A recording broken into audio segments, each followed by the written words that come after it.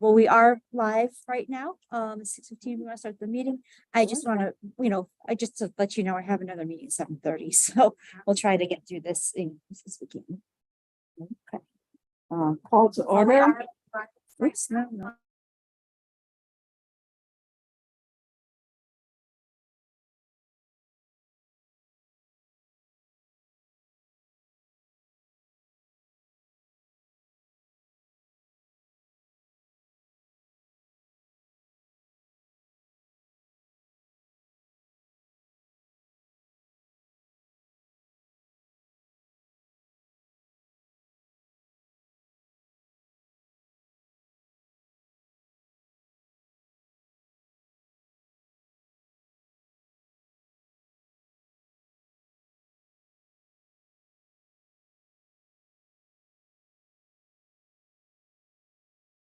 And usually on the board at that time. When we had us.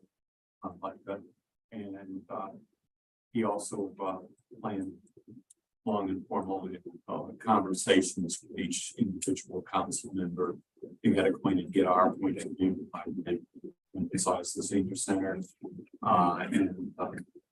He had said that he planned on talking to the department heads and which thing comes in his appearance with a better place to actually have. It will be on Thursday. We're scheduled to meet him on Thursday. He's going to come over here and take a tour. Okay, he's got a lot of things. I'm not sure if there's anything else related to him in the senior center. Probably will talk about it during the meeting. Sure. Okay, thank you. Approval of the meeting minutes. We don't have any meeting minutes to approve currently. I was wondering what's been going on. The town manager's office had people to do meeting minutes. They don't attend the meetings, they just listen to the recordings. And unfortunately, I was informed after the last meeting that the person's not available to do it. They've been pulled to another project. So I was hoping to have the meeting minutes, the last meeting done, and they're not. So I'm gonna have to put them together myself. But I was away. I'm gonna have to do this evenings myself too. And no kind of permanent person has come forth or worked out or called me back even. It's a thankless job. Making meeting minutes is a thankless job. So I'll do the minutes for this meeting. I'll take my notes from last time and do what I can and submit them all to you. And if anybody knows of anybody who wants to take minutes, So you checked Hey. the library person? yeah, I didn't hear back. So yeah, unfortunately. I thought we were good, but we're not. But we'll make do. It's okay. Okay. Well, if anyone wants to know what happened, it's always on tape at the town hall. Well, no, we don't tape record anymore because we have Zoom, but they're all recorded like we're recording right now. It's live streamed and then it's recorded and you can go back in and view. I think they post them on the website at some point and you can go back and view any meeting. Which is Not better. Like better than we this. have a lot going on here that's controversial, so. It's true, but it's good to be, we want to is. be as transparent as possible. Yeah, that's where we are. Okay, so, staff report. We met, well, it's been almost 2 months and as usual, a lot has gone on. So I have my list here, try to get through it quickly. In June, we had a lot of great special programs. We are very busy the entire month. We started off with something kind of new for us. We had somebody come in to talk about and demonstrate makeup for mature women. And it was really well attended. Makeup artist who was able to show like how to do that for skin that's a little bit more mature. We had some financial programs, including an introduction to wills and estate planning, cut the cord, which a lot of people didn't know what that meant, but it meant cut the cable. So how to use streaming services, whatever. Not from your children. Yeah, well, maybe that's a good one coming up. Very, very well attended, and they requested that she come back because we were full and they want more people to come and take a look. So we'll reschedule when we can. There was a local author named Chick Pritchard, who was a Catholic priest who became a police officer in Farmington. Coincidentally, he was a police officer with my mom in Farmington at the same time. And then he was in an accident that almost ended his life about 20 years ago, shortly before my mom retired. And he then wrote a very popular book about his experience from becoming a priest to a police officer to a family man. And so he came in and had a packed house to talk about his experience. And it was amazing. Really, really great program, very well attended. We had some health related presentations on good sleep and brain power, how important that is. We did a Move Your Mind, which is kind of a combination of like importance of exercise and nutrition. And we had experts with that come in, and we had kind of just for fun, a beekeeping presentation, which was very well attended, complete with live bees in a locked case. So that was a great June. Of course, we could talk about this later on the agenda, but the most important thing we did in June was the volunteer dinner, but we could talk about that a little later. In the garden, we continue to have issues with animals eating our crops, which is becoming a point of contention with the volunteers in the garden, and of course the staff too, because we're doing everything we can. Apparently, the word on the street among gardeners is that it's a really bad year for groundhogs. There are groundhogs everywhere and they eat everything. So we are essentially now what we're doing is, of course, none of the staff are expert gardeners. We have a wonderful expert volunteer gardener, but not everybody's a pest control expert. So we are just reaching out. We talked to Parks and Rec. We have a couple of other expert gardeners we look at various sources online. We have a pest control guy who comes in and traps the groundhogs and releases them in like Farmington or something. I don't know. I guess there's some release area where they're not going to come back. Unfortunately, he keeps trapping babies and not the mom. So I kind of, so he leaves, if he traps a baby, he leaves it there in the shade with water to see if the mom will come. And we just haven't had a mom come. So it's a really unfortunate situation. So where we are now is I worked with the garden leader of the garden volunteers, and we're just layering items of protection, right? So we have the cages that you authorized us to purchase a couple of years ago. We're moving to raised beds in some of the areas that aren't raised beds. There's some like the gate that's over near the housing and the gate that's back here. They're going to put like chicken wire around them so when the gate's closed, there's no gaps for the creatures to come through. I'll have a purchase request for some underground like kind of fencing. Yeah, that we can do. Our fences don't go deep enough to prevent digging. So, and that's just how they were installed whenever they were installed 10 or 12 years ago. And to replace those fences, I think would be cost prohibitive. So there are some other solutions there. And we just keep looking for ideas, but it's really, really heartbreaking when they do so much work and it benefits the food bank and you come in and like all the tomatoes are gone. And then some of it is chipmunks, and really nothing to do about chipmunks because they crawl right through the fence. They're, this big. But really groundhogs and rabbits are our main culprits right now. So that's unfortunate news in the garden, but they keep plugging along. Once we get our ARPA funding, again, we'll see some more raised beds. We'll be able to put some more capital into that to really try to help. But we have some money to get the fence, not the fences that are there. You don't rebuild them, Right. but you can put something. Right. And again, I have a purchase request on that. I mean, if the commission wants to consider it now while we're talking about the garden, or we can wait till that part of the agenda, it doesn't matter. Yeah. Might as well do I'll it. show you. So I'm asking for this, but it's kind of on a trial basis. We're going to try it first, but because we're not going to probably meet again until September, I was going to ask for preemptive permission if this works for us to purchase the rest. So what they are, it's an underground barrier. Okay, so it lays, you put it against your fence line and itself lays flat to the ground. And it has stakes that go down about, there's different ones. I think these are like 18 inches. The stakes are about 1.5 inches apart. And they go down about 18 inches, which will prevent rabbits and groundhogs and such from digging under. Because you can see where they dig under along the fence. Again, nothing's really going to stop like the chipmunks or the birds. But this will help. If our main culprit right now is groundhogs, this will help with that. We want to try it first to make sure it'll fit and like make sure we can install it and that it will like be flush and safe and people aren't going to be tripping over it. It should lay flush to the ground along the fence line. It's going to be horizontal or vertical? It goes into the ground. Oh, okay. So it's hard to see here, but this is the top and it's like spikes that go into the ground. It's a fence that you push all the way into the ground. But are they narrow enough? They're 1.5 inches apart. So that's about as narrow as I could find them. It'll stop rabbits, it'll stop groundhogs. It will not stop those little things. What are they called? Chipmunk. It's $109 to do a 25 pack is 32 inches. I have the math, I don't know what I did with it. What we want to do is get 1 pack of them for $109. So it's 32. Sorry,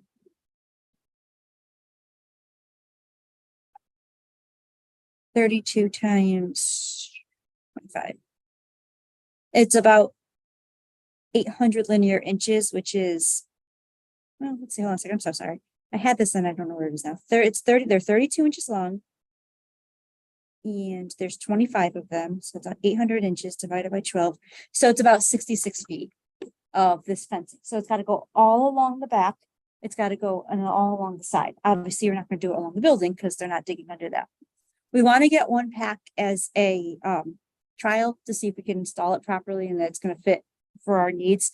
And then if that works, and I'd like to buy, we're going to need to buy 6 more packs of them. So it'd be about $660 to do the entire fence line.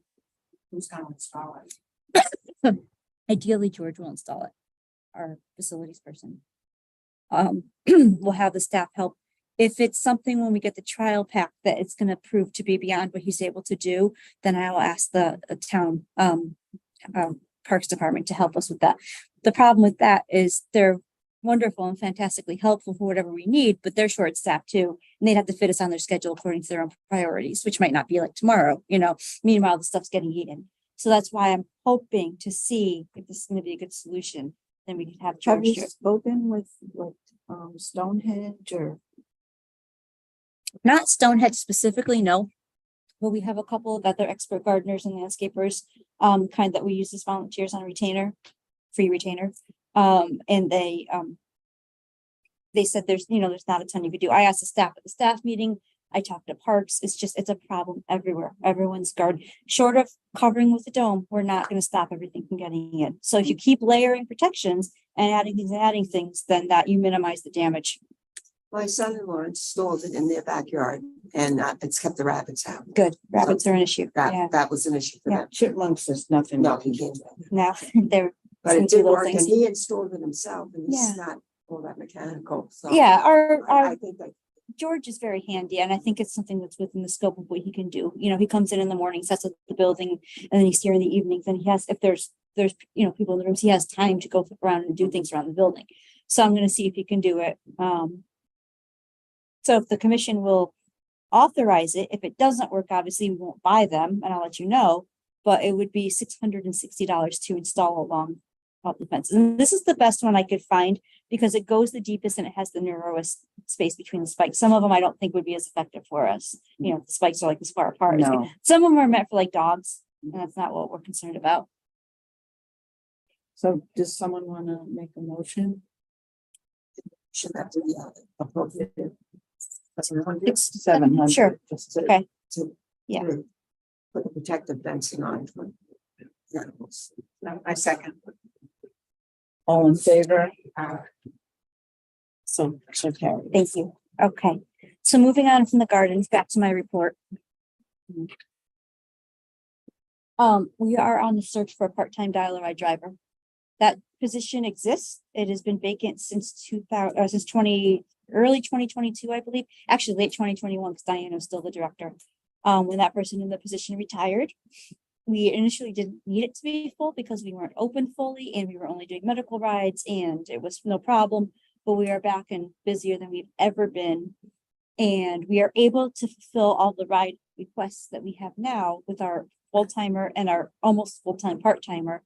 In terms of getting people to the doctor, getting them here, getting them wherever they need to go in town. But we're at the very edge of we're full and we might have to start turning down rides. As it is now, if one of our drivers is sick, most of the time we can get a sub from the bus garage, but it's summertime. That's a lot less easy to do during the school year. And so if that's the case, if we have a driver who's sick or on vacation, we might have to start saying, sorry, we can't bring you to the hairdresser. We can't bring you to the grocery store. We can only do doctor's appointments on certain days. We don't want that. That's why the part-timer existed.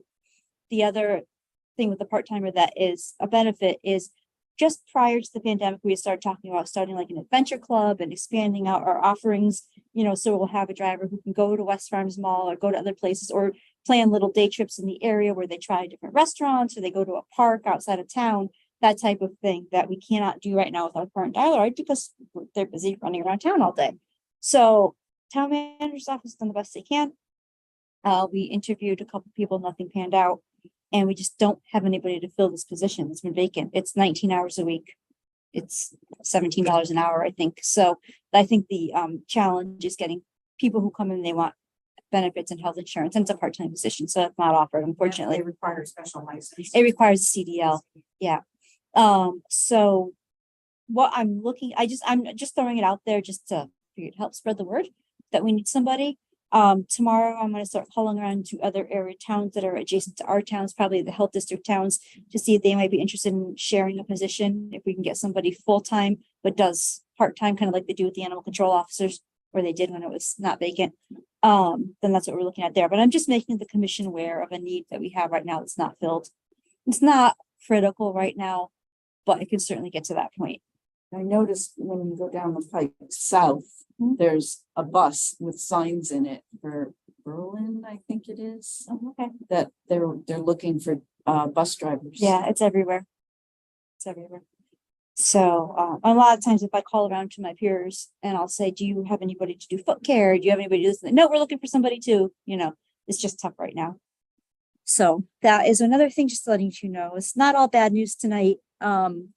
Some good news is the LGBTQ plus Movable Senior Center. I told you I was kind of part of that project to refresh it and renew it and get it off the ground.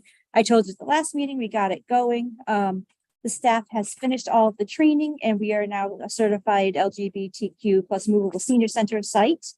And I had a quick sticker to show you, but now I don't know where it is because everything got mixed up. Oh, here we go. So you'll see these on our doors. Which of course not only means inclusivity and acceptance, but we are actively working to have programs. We're working with other senior centers in the state to have programs specifically intended to be inclusive and informative and help improve the well-being of LGBTQ plus older adults. So we're in the process now of planning programming. And again, it's not just Newington, there's 42 senior centers throughout the state who have joined this initiative. So once we get the programming in place, they have toolkits to help market, they have toolkits for outreach, they have resources that we can use for these programs. We hope to have a program a couple times a month somewhere in the state where folks can go. We're centrally located, so I'm really excited to kind of be like a lead in that because it's easy to come here as opposed to going down to Groton or going up to, somewhere up in the corner of the state or something. We can get everybody here. So I'd love to have people here. So that's some good news. The Connecticut Association of Senior Center Professionals is a group that I've been involved with for a couple of years. I just got elected to my 5th term as vice president with that group because nobody will run against me. So that's good news. So we're moving forward. We are doing some statewide work, not only with the LGBTQ plus Senior Center, but with our legislators working on ideas for ARPA funding and just all sorts of different initiatives. So that's good news. The Safe Homes Task Force has energized and has started meeting again. That is a staff group that I was the chairperson of when I was in the town manager's office, still remain actively involved in now, that addresses concerns with hoarding and other safe homes. It is loosely tied to blight, to blight administration and blight enforcement, but it actually has to do with inside folks' houses where they might have a hoarding condition or other unsafe conditions. And it's not necessarily just enforcement, because enforcing inside somebody's property is close to impossible, but it's more for safety issues to help people get their homes safe again, to make it so first responders don't get hurt if there's a fire. We flag it, we work with them, we provide resources. Hoarding is a mental illness, so it's, it has to be handled in a non-punitive way. And there's certainly a lot of laws about protecting the property owners and their rights and their privacy. So you have to be very careful about how you do it. That hadn't met for a while when there was some staffing changes at the town hall, and the new fire marshal has decided to reconvene. So it's a multi-department initiative. The fire marshal's office, the building department, the police department can be involved, because a lot of times first responders and people that report the conditions to us. Senior center, because I've been involved, I have a knowledge of blight and all this stuff anyway from my past life, but because of course a lot of older folks are involved, so that's my involvement. We bring in the health department. We've brought in the animal control before, because there are sometimes sadly issues of animal hoarding, which can be quite difficult to deal with. So that's a good thing that we have reconvened and we're continuing to work on. Anybody who has a concern or worried about a friend or family member who they think may have an unsafe condition in their home should reach out to the town, and we're there to help, not to punish or to take you to court or to kick you out of your home. In the coming months, I'm like all over the place, I'm sorry. In the coming months, I'm gonna ask various staff members at the senior center to come in and talk to you folks about what they do and what we're doing. The social worker Terry, our benefits coordinator Karen Helper, who does the renter's rebate and the energy assistance, Barbara Wilmer, our program coordinator, because I would like everybody to kind of just see what's going on. So I'll have one come in at each meeting. I just spent a couple minutes talking to you guys. As Councilor Nagel mentioned, the new town manager, I've met him a couple times. There's a meet and greet, and we've had a staff meeting, department head meeting since then. But he is coming to the senior center on Thursday to do hopefully a thorough tour and to meet everybody and learn what we do. The gift shop is going on. It's very busy. I'd like to be a little busier, but we're continuing to work on that. It's going on its annual summer hiatus for the month of August. The gift shop is usually closed in August to give the volunteers a break, particularly Rose Bolton, who handles all the consignment and the business end of it. It's a significant job for a volunteer, and to let them reset for the fall and refresh all the inventory and bring in new items and everything else. So if you need anything at the gift shop, this is the week to do it. Lots of good stuff in there.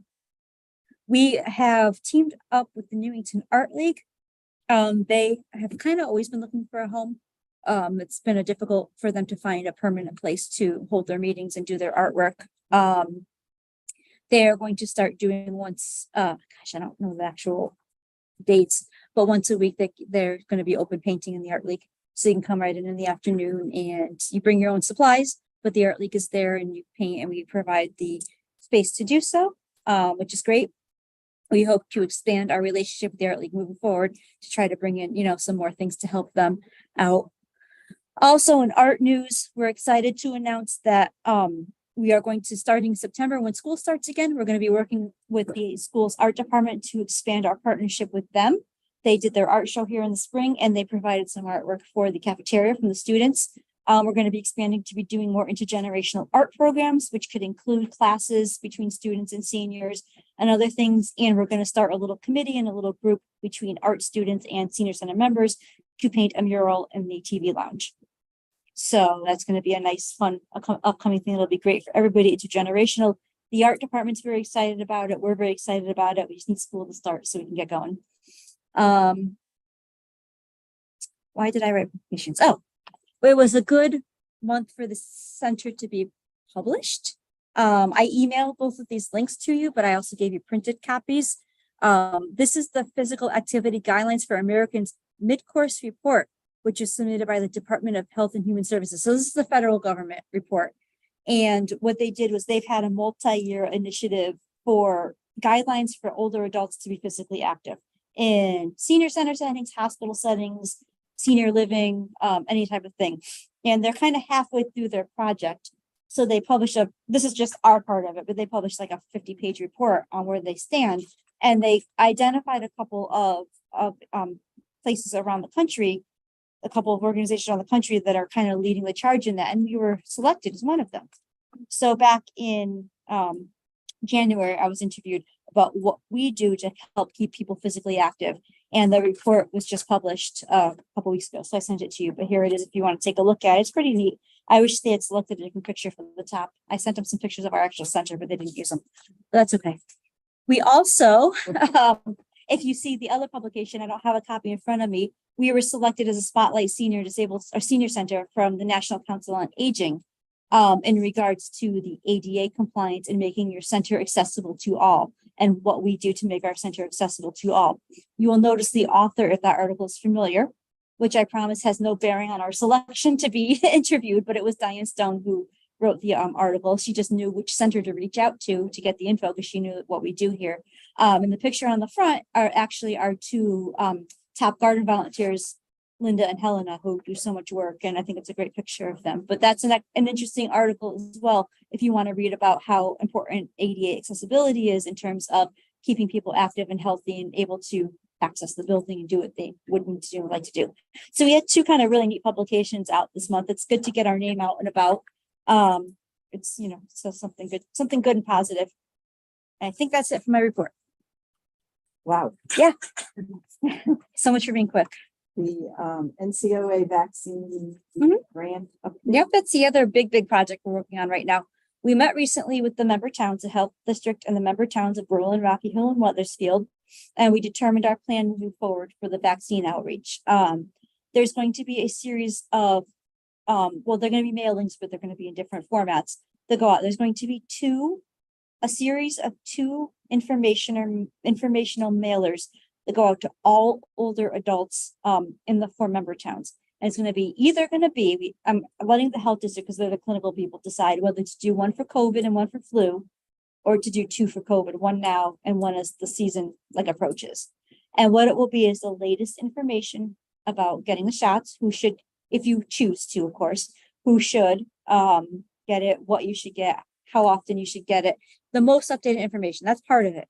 The other part of it is how to actually get the vaccinations. And if you need help because you don't have a car, or you're not insured, or you're underinsured, or you're homebound, how to get that help. So that's the purpose of those mailers. They're going to go out literally in the mail to all 4 towns, to older adults, but we're also going to publish them in our newsletters, Facebook, websites, the media, so they'll get out to everybody. There's going to be a third mailing that goes only to people targeted outreach identified as being at risk by each town's human services department. Again, the folks who are homeless or don't have a permanent address, those who are homebound, How those do who you get that to? are, well, usually it's oftentimes through word of mouth. When I say somebody is homeless, it doesn't necessarily mean they live on the streets, but if they do, we know how to reach them. It's oftentimes folks who are being put up in motels, that type of thing. So obviously we don't know everybody. We can't catch everybody. Some people don't want to be bothered, but our human services department are excellent at identifying who we need to reach out to. People with transportation issues, people who don't have internet, people who don't know how to make an appointment, people that might be uninsured or not have proper insurance, who maybe are afraid to get a vaccination because it's not free anymore, that type of thing. So that's going to be kind of targeted. That's part 1. The health district itself is looking at taking the funding to hold additional clinics for flu and or COVID. That's all them. Obviously, the information will be disseminated to the towns and they'll be held in the towns. That's part 2. Part 3 would be additional transportation needed for folks who aren't able to get to a clinic or a vaccine appointment on their own, either by extended use of our dial rides in our various towns, Ambassador, which is the out of town service that 3 out of the 4 towns share, or utilizing funding to pay for rides through like Lyft. We have a concierge system through Lyft or other private services to get folks to rides. Now, how are we going to organize all this? Because nobody has time for this. Is part of the money is a health district is going to hire, it's going to be their employee, a part-time seasonal immunization outreach assistant for a 16-week duration, which is about the duration of like the meat of our project, where we're going to have like the most vaccine clinics and everything. The project itself is a year, but when you look at the timing of the flu clinics and everything, it's like a 16-week time where we're going to be really busy with COVID and flu clinics. And part of the information that goes out is going to be a website and a hotline that you can call. And that person's going to man the hotline. They're going to help coordinate all the mailings and everything else. They're going to help set up vaccine appointments at the health district clinics. And they could help like with 211 or somebody who wants to go to their own doctor or wants to go to CVS or something. They could help with that. They're going to coordinate rides and they're going to help coordinate the clinical staff. That's their hire. I'm helping them with the job description. But that's where we are with that. Very, very, very busy, but I think it's going to really help a lot of people who may not otherwise be able to get a vaccine that they may wish to get. And I'm sorry, one more thing on this, I just skipped over by accident. Part of the funding does go towards covering the health district's cost for uninsured patients getting a vaccine.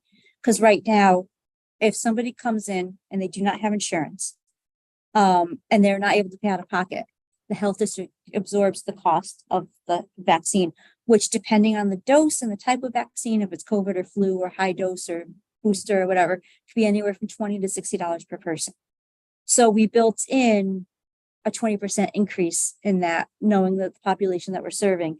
And then part of the funding is going to cover that because they're on a shoestring budget. They can't afford to cover, increased out of pocket costs. So part of the funding is going to go towards that as well. So somebody who isn't able to pay for a vaccine will be covered by the grant funding. Okay. Old business, we have budget update. Anything? Yeah, we should take. We're in the new fiscal year, so fresh budget. Volunteer of the Year dinner recap. It was great. Yeah, it was awesome. I talked about it briefly before the meeting started. We had almost 90 volunteers, which is fantastic. You really don't, we haven't seen that many in a long time. We made the decision to move inside because it was supposed to rain and it was absolutely beautiful out.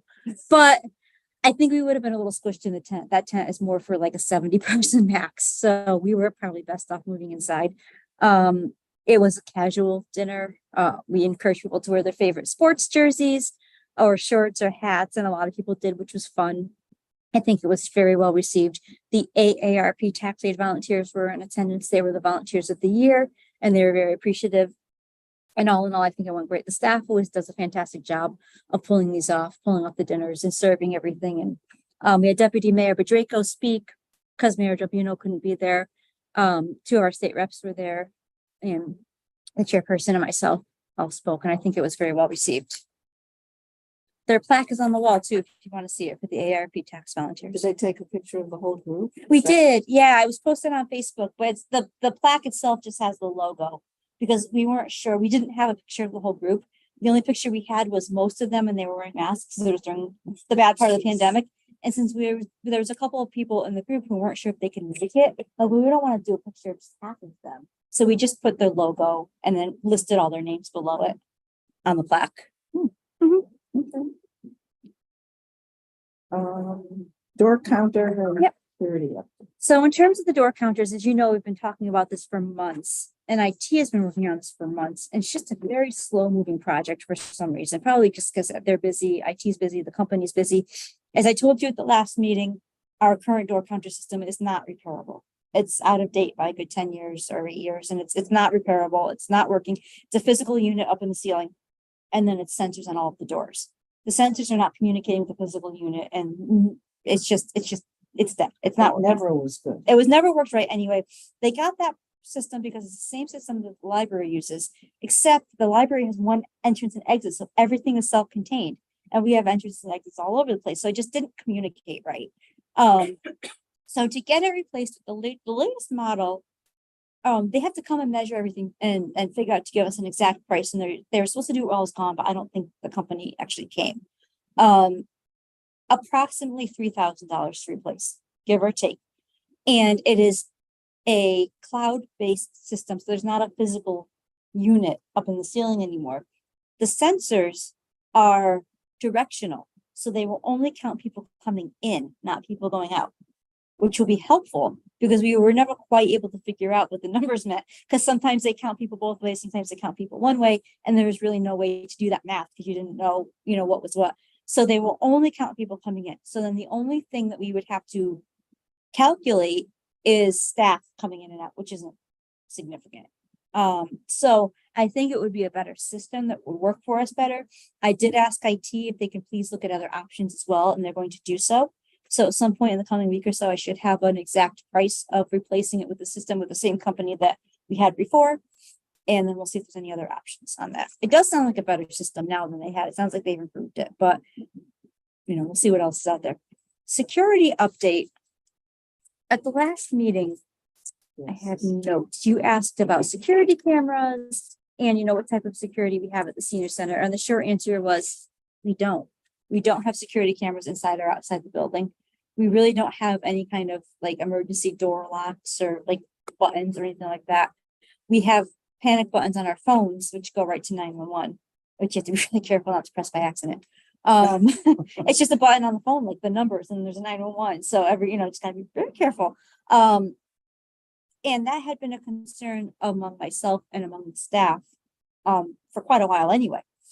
As you know, we went through a period of time where our dial-a-ride buses, the catalytic converters, were stolen pretty much any chance anybody could get their hands on them, like more than once a week at one point, to the point where we moved them. They're now stored in the police department parking lot, which of course eliminated the issue with the catalytic converters being stolen, but makes it much more difficult for our dial-a-ride drivers each day to have to trope over there, get their buses, get them, park them at the end of the night when we have a whole parking lot right here.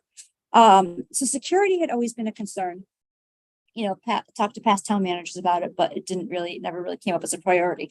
With this new town manager and Lauren, who is the new director of administrative services, she's in charge of the risk management for the town, and Chief Clark, they're going to do a department by department, Police Chief Clark, we're gonna do a department by department, security, I don't know, assessment and see which each department needs. And so part of that would be security features for each building.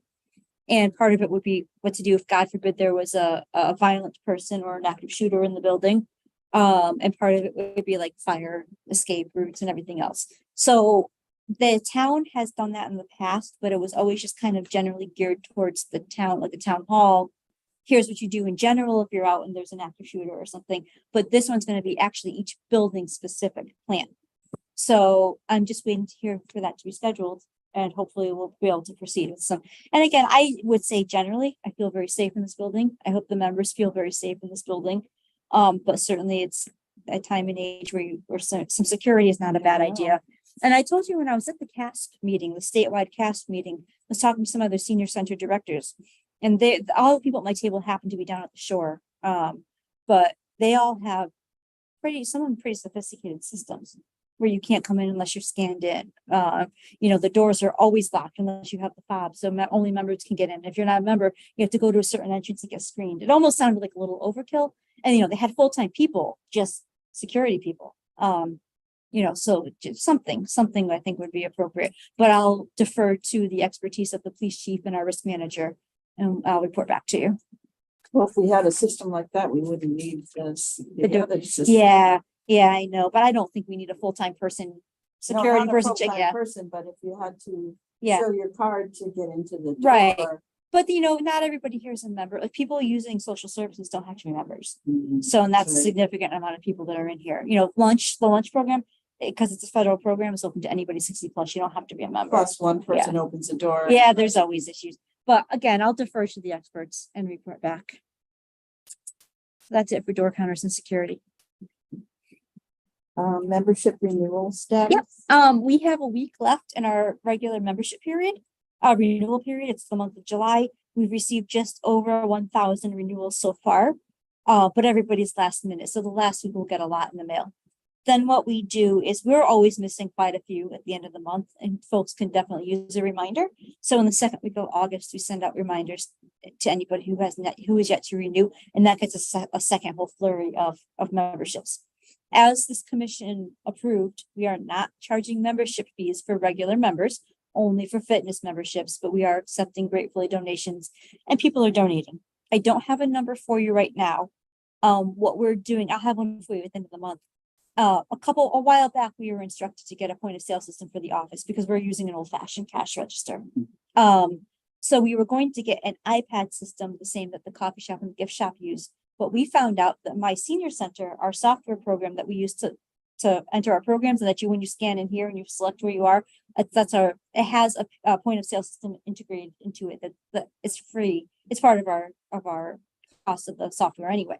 So we are utilizing that. We started utilizing that on July 1st. It's a learning curve though. It's not as intuitive as we'd like. So Josie and Charlene, our front office staff, are learning it and they're doing fine. It'll work out just fine for what we need it for.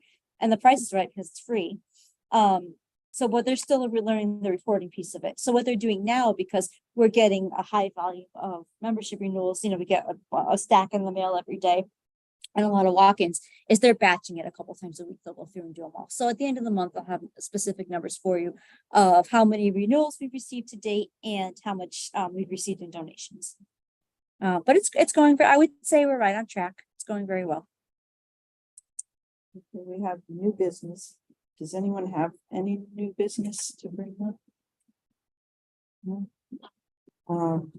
Upcoming activities. Yes, I cannot believe it's the end of July. It's unbelievable. So I don't have the biggest upcoming activity, and I apologize, I may have talked about this at the last meeting, is our return of our expo. That's coming back in November. I'm just gonna look at the date. And so we are gearing up for that. We're looking at November 16th because we don't want it to be, it's always after the municipal elections. And it's usually the Thursday or Friday after municipal elections, but Saturday, November 11th is Veterans Day. So my guess is we will probably be hosting a Veterans Day event on the 10th on Friday. So I don't want to do two big things in a row. We just don't have the staff to turn that over. So we're looking at Thursday, November 16th for the return of our expo. We're starting to reach out to all the vendors. We've had to update all of our lists because it's been 3 years. What's interesting is that both the program coordinator and the administrative coordinator, Josie and Barbara, have never done an expo before. So it's new to both of them. It's going to be a big learning experience for both of them, but they're excited. The staff is very excited. The vendors we've reached out to are very excited. So I expect this is going to be big. It's going to be a great fundraiser for the center. And I hopefully will be able to figure out parking where we could exceed our pre-pandemic levels. We had over 400 people at the one in 2019. Also, we'd like to beat that. What's left in July? Well, we have a card class on Thursday. We have, actually almost everything's done for the month. I'm trying to think. We actually a big thing that we restarted was an evidence-based live well program, which is a 6 weeks evidence-based course, which teaches you how to live and kind of provide you with a toolkit on how to exist and survive and thrive with chronic conditions, diabetes, or chronic pain. This is the first time we've ever offered the chronic pain course. Our program coordinator, Barb Wilmer, is leading the course. She is certified to do so. It started last week, and it's been great. It's purposely kept small, 8 to 12 people. I believe we have 9. And it's a kind of a commitment. It's 6 sessions, it's 2.5 hours per session, but the participants really leave with a renewed sense of control over their conditions. So that's the biggest thing that's coming back. And we have a whole bevy of August programs that we're finalizing now, and I'll be happy to get out to you when they're ready. Okay. And I just want, you know, because I've talked to you, but I'm helping my college plan a 50 reunion for my class, and I was in the very first PT class at Quinnipiac. So it's a 50 reunion for the school and for our class, and found out that they have a branch of the physical therapy program where they do volunteer work. And they're gonna talk to Barbara about coming out here once a month and do a program for free for exercise or whatever Barbara comes up with. She'll come up with something good. Yes. So I'm excited about that because the program is wonderful. It's nothing like when I was there 50 years ago. That's great. So Yeah, hopefully we're excited about that. that will work out well. Okay, building update. What is going on? Oh my goodness. Okay. There's 2 things going on. What's going on up there now is a solar panel installation. So the whole town a couple of years ago started an initiative where they're converting to solar power for all the town buildings, and apparently it's our turn this summer. It's like, okay, this is good news to me. And our facilities department is fantastic about keeping us updated, informed, but most importantly, making sure that we are not interrupted or our operations can continue as seamlessly as possible. They're very cognizant of that. They're very cognizant of where the workers are parking, and that the entrances are okay, and that if they have to do something, they're letting us know ahead of time so we can plan. This project should be about done in the next couple of days. I think I was away last week. Like I said, it got delayed because you had a lot of heavy rain. It was supposed to start at the beginning of last week, but it didn't start until the end. No disruption to the center, except that I keep hearing footprints on my desk above me. I'm like, it's different. But it's okay. They do on Saturday need to very briefly shut down the power to the building. We don't have anything here on Saturday, and they will provide a generator to the kitchen so that the refrigerator and freezer aren't affected. They did that purposely so that obviously we weren't disrupted. So that's solar panels. That's good news. Solar panels. The window project begins, I keep thinking in a month, but mid-August is only a couple weeks away. That's right on track to begin. The good news on that is it's going to require slightly less remediation than expected, which is good for both the length of the project and also the cost. What they thought may have been asbestos in the glass tiles that you see in some of our rooms up in the ceiling is not. So they still need to do some remediation, but it's not as extensive as thought. They plan to start mid-August. Again, the facilities have had numerous meetings with the facilities department and the various contractors and project managers and architects. And I have the whole set of plans if anybody wants to see them. They are very, very committed to, obviously that's going to be a bit more disruptive, removing and replacing windows, but they're doing it in such a way where we know where they're going to be each and every day, and we could plan around accordingly. And when they have to hit the big rooms like the cafeteria, I said, look, we can't cancel lunch. That's just not an option. So they're going to be doing that. Unfortunately, the way it works, they're not going to do nights and weekends. It just isn't in our budget for that type of labor. So they're going to know on the days where they're going to be in there, we're going to be able to hold lunch in the auditorium just for that day. They will not interrupt our work in the kitchen, so Meals on Wheels will never be affected. That they're going to do like at the end of the day. So I'm confident that it will be a good project. The windows are well past due to be updated. Then we'll look at updating our window coverings. We are asking them to put film on some of the windows that face that direction, like where the gift shop is, because the sun kind of beats in there all day. So that'll help them a little bit. I'm a little sad we're losing our opening windows, but again, the mechanicals to open and close windows was not in our budget. So that project is going on. Apparently I have to go this week and pick out the colors for the sashes, because there's different options and they're trying to get them to match the town hall as much as possible. And those are our windows. We will be in a lot of contact with the membership so that they know when they see, like, when the remediation does occur and there's a room sealed off for a day, they know why. They know there's nothing like, hazardous materials going on or anything, but nothing they need to be concerned about. And there might be some, they're staging so that there's as little interruption to the parking as possible. But obviously, they're going to have trucks and things, and we'll make sure that people are aware of what they're for, because, so nobody's concerned. And that's that, man. Keep our fingers crossed. Yeah, it's that exciting. it Yeah. goes like you say. Yeah. goes. So far, so good.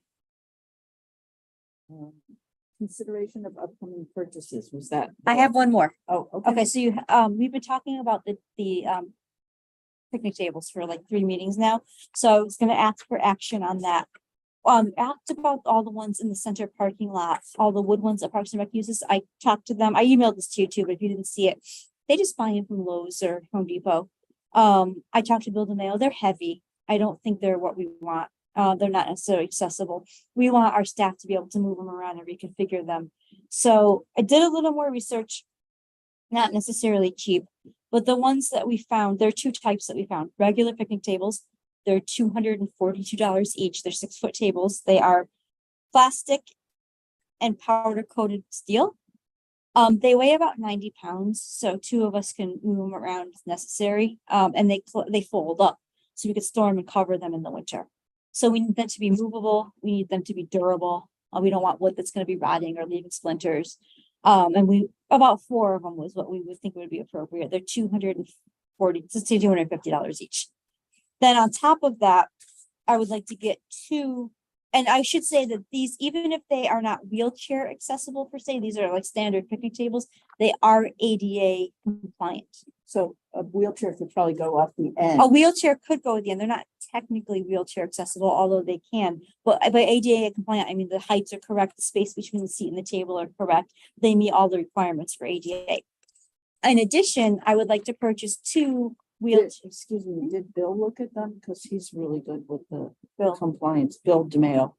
I can have him. I mean, it states, I know what the It parameters says- are. I know what the parameters are. okay. It meets those parameters. I can certainly ask him to double check for me.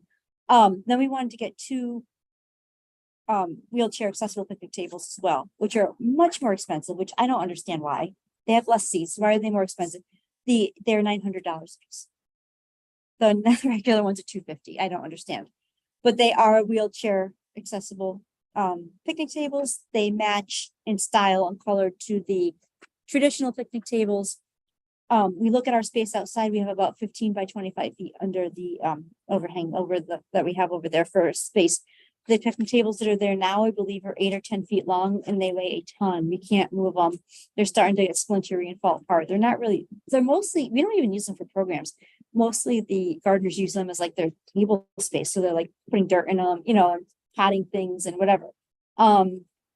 These we can move around and reconfigure for outdoor programs. They are durable and we can store them away in the winter and cover them up or put them in a shed. So what I would like for what will fit in that space and what I would envision that we would use for programs is 4 standard picnic tables and 2 ADA 2 wheelchair accessible picnic tables. So there's just seats on 2 sides, 3. So 3 sides? yeah, 3 sides. Oh, and I the see. wheelchair goes on. Okay. Yes. Realistically, we would not, looking at what folks use here, we do have some folks who use a wheelchair or scooters. Some of them transfer into regular chairs and some of them prefer to stay in their devices. I don't think we have a need for more than 2 open seats like that for any given program. And again, you can also use them on the at ends, yeah. ends. But these are the official, like I mentioned, officially meant for wheelchair tables. So the cost of that, the square wheelchair ones are $900 a piece. That's $1,800 for 2 of them, and then $250 a piece for 4 traditional ones. So that turns out to be $2,800 approximately for 6 tables. I think we can do a lot with them. It'll really help us get outside more. And It would be more. nice to Yeah. have. People could buy their lunch and go sit Yep. outside Mhm. and have programs out there. It'd be nice if the weather ever Yes. gets better. We were doing outdoor exercise programs quite a bit. We were doing outdoor speaker programs, but we can't move anything around out there. If we wanted to, when we were doing chair aerobics outside, we had to have parks guys come and move those like 600-pound tables for us. It just isn't, it's not, we put a lot of thought into this and how to do it. We looked at all different options, and I think this is our best option. So how do you guys feel about it? Seems seems a good thing for the center. Yeah, I think practically it is something that's good. Agree. I think it's a great idea. I'd like to see more outdoor programs, so. Yeah, when the weather permits. The total's 2,600. 28. 28. 2,800. We have plenty of money. Yeah. Now that we found out it is being invested. It is being invested, and I didn't say that during the budget update.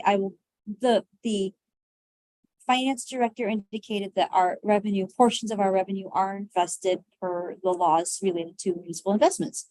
I did ask for a report. She said, can we talk about it, maybe do something quarterly, because she'd have to pull our info out of everything, and I don't think it's necessarily simple No. to do. But Even once a year. Yeah, I think quarterly, she said quarterly was fine. So I'll get it to you whenever she's able to. I told her I'd meet with her when she gets back from vacation, and then we'll put together a time frame for her to send those reports to me. I think it's part of their financial annual report, but it's not going to really show you what's invested from us. It's the whole town. Yeah, But yeah. So anyway, so back to the picnic tables. okay, so would someone like to make a motion? To accept the picnic table For for $2,800? $2,800. Second, someone? All in favor? I Opposed? Thank you. So carried. That's it. No more money. Done tonight. Well, I mean, that's what that money is for, to make the Yeah. center better, so that's what we're doing. And these 2 items that you approved tonight will do so for sure. So determine the next meeting date and agenda. So when do we have to submit for next year? Do you- I haven't Is that in December? It's like sometime in the fall. I haven't received, the town clerk will send out Oh, a memo you get saying, send out a memo saying, send us your regular meeting dates for 2024, and you do that, but it hasn't, I would say it probably comes out like November or December. Because Gail used to take care of it for us and Yeah, she's it's not okay. here, It so I takes- just wanted. Yeah, I was it's no big deal. curious. Just takes a couple minutes. It's no problem. But our next regular, now typically we don't meet in July or August. We're here in the last week of July meeting. So if the commission would like to meet in August, that's great. If not, our next regular meeting would be Wednesday, September 6th. Well, if you don't have any needs for money. So it was hard enough to get people to this. So well, September. Okay. Anything else? Does anyone have anything to bring up? No. Anything from you, Dave? No, just talked about like earlier, just mentioned comment. The town council has disbanded the blight committee. Its intention was, things were happening that didn't fill the intention of the committee. Things have changed over time. Town still is concerned about blight. There still are people going out and inspecting if things come from citizens, whatever in terms of something like so that continues for that committee to stop. And the other thing is that the present town ordinance on blight, as it has for many years, can only be external. Correct. And it can only be from what can be used in the street. Correct. It's not, you can't go to someone's backyard and Right. decide a sliding spike. So there are those limitations. So it's good to see there's another option Mhm. that that can be used for, as you said, interior without. Correct. violating people's rights. Correct, yes. That's. The town itself was concerned about. Right. For the. It's more to protect folks' safety, first responder safety, fire safety, that type of thing. Especially when you see something like in an apartment or a condo building, but certainly anywhere. Safety of older folks or children or animals, that could be involved. That's what it's less punitive and more, The but town's yeah, approach too was, this is not to. In terms of the laws that are back now, Mm. was not to condemn. But Right. once again, to find the pathway whereby something could be corrected with the key is it was slightly even that came to the thing where the town had Mhm. step.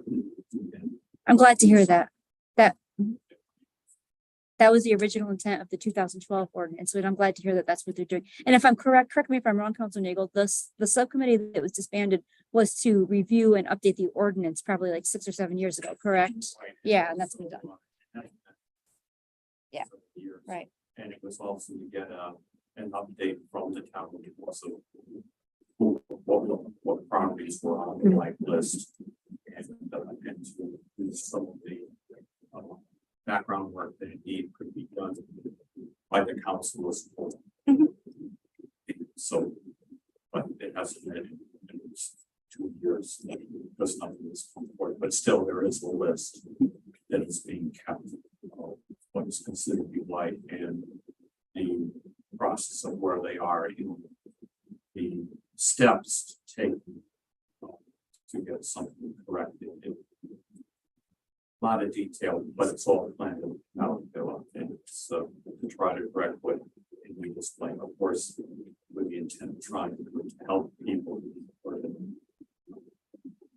create a situation where everyone is happy, the people worrying, whatever, and the ordinances are followed without violating anyone's rights to Privacy. personal property. Great. It's great news. Anyone else? No? Jamie, I guess you'll get out. I'll make it. almost. All right. You want to take a motion to adjourn? Anyone want to make a motion to adjourn? Second, Second. okay. Oh, all in favor? Go home and So do that. carried. Okay. We're not recording.